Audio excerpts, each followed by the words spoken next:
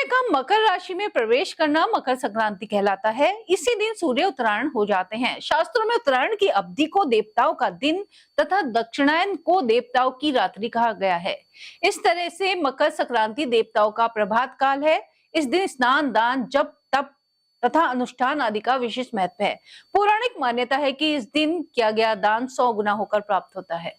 इस दिन घृत एवं कंबल के दान का भी विशेष महत्व है। इसका दान करने वाला व्यक्ति संपूर्ण योगों को प्राप्त कर मोक्ष को प्राप्त होता है। मकर संक्रांति के दिन गंगा स्नान एवं गंगा तट पर दान करने की विशेष महत्ता है। तीर्थराज प्रयागराज एवं गंगा सागर का मकर संक्रांति पर्व स्नान ही तो प्रसिद्ध है। उत्तर प्रदेश में इस पर्व को खिचड़ी कहते हैं, इसलिए इस दिन खिचड़ी खाने तथा खिचड़ी, तिल आदि दान देने का विशेष महत्व मानते हैं। मकर संक्रांति पर्व का हमारे देश में विशेष महत्व है। इस संबंध में संत तुलसीदास जी ने लिखा है, माघ मकरगत रवि जब होई, तीर्थ पति आब सब कोई।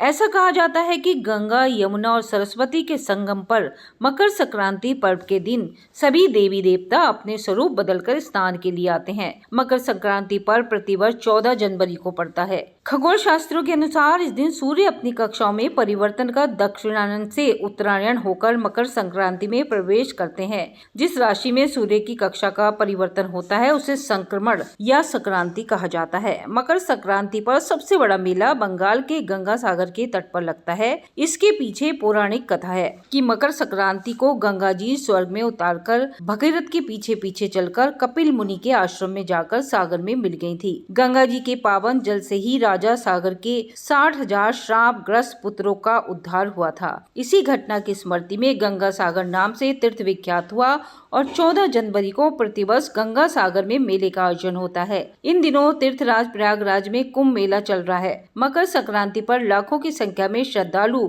पुण्य स्नान कर धर्म लाभ कमाएंगे। यूं तो भारत तीर्थों और पर्वों का देश है, लेकिन मकर संक्रांति की बात कुछ और ही है। शेष शैया पर पीड़ा झेल रहे पितामह भीष्म ने तब तक अपने प्राण नहीं त्यागे जब तक सूर्य उत्तरायण नहीं हुए। उनके निर्वाण दिवस को भीष्मा टीम के नाम से जाना जाता है।